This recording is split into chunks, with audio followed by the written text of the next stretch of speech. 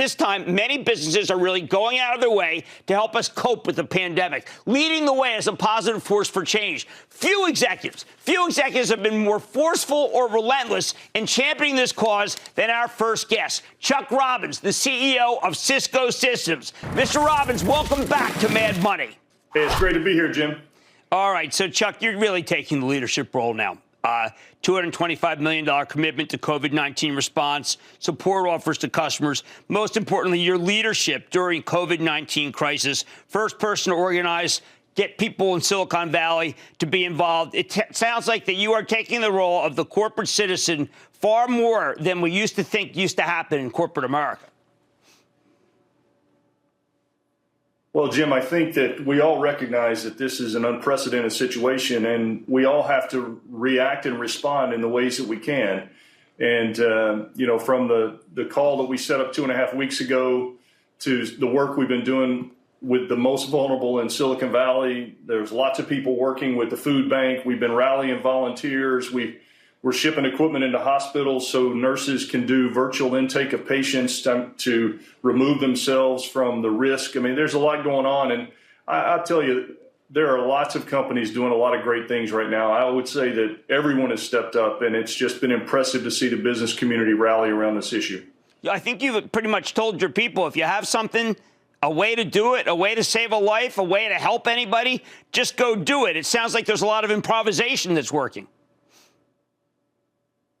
Well, they're actually telling me what they're doing, Jim. We've had some folks in the UK that started 3D printing surgical shields and masks. I got an email the other day where my team's doing it in Krakow.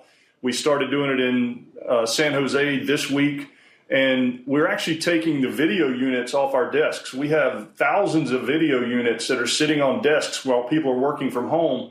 And we've been packing them up, sanitizing them, and sending them into these hospitals where they're literally, in New York, they're going to be able to do patient intake virtually on the other side of video so that just to minimize the risk.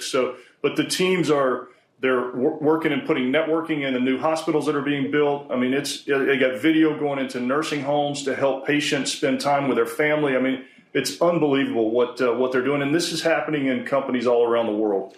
Now, Chuck, you have a business, Webex. It's always been a good business.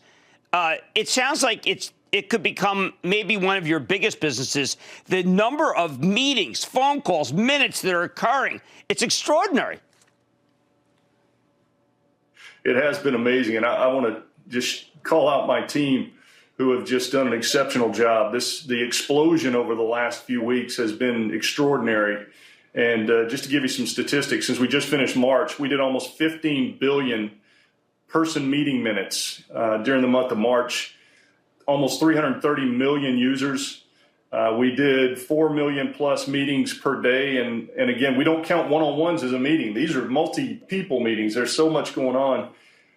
Asia's 3 times the volume they were before the COVID outbreak. Europe is 4 times, and the Americas is 2.5 times, and all are growing still. So the teams have done an amazing job and really have scaled the platform in ways that you never would have dreamed possible. The people I know who use your product use it not just because of the quality, but they feel the security is very, very strong, and they need that. Well, Jim, I mean, look, we believe that security is the most important thing with our customers. And we've said for several years, we believe privacy is a basic human right. And so you either believe that or you don't. We have designed and built security into the products from the beginning. We don't believe you should have to opt into security. We think it should be there naturally, including end-to-end encryption. The thing about your data is that it's your data. And we won't rent it. We don't sell it. We don't have third parties doing transcription. We do that in-house for you. And, this technology now, in particular, is being used in massively distributed ways where people are talking about companies' intellectual property, organizations' intellectual property, government issues.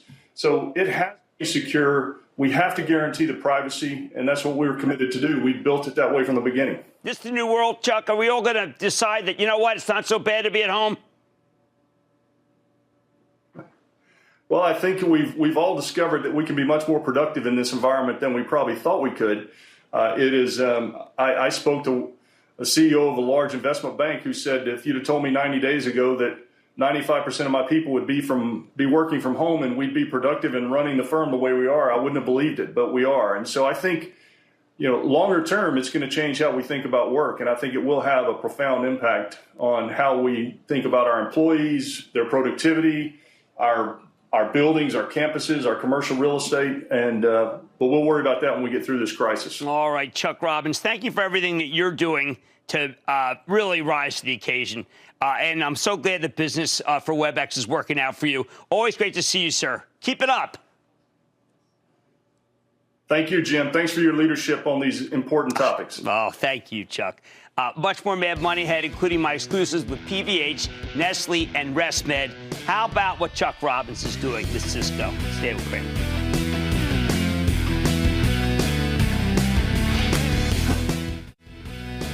Don't miss a second of Mad Money. Follow @JimCramer on Twitter. Have a question? Tweet Kramer. #MadTweets. Send Jim an email to madmoney@cnbc.com or give us a call at 1-800-743-CNBC. Miss something? Head to madmoney.cnbc.com.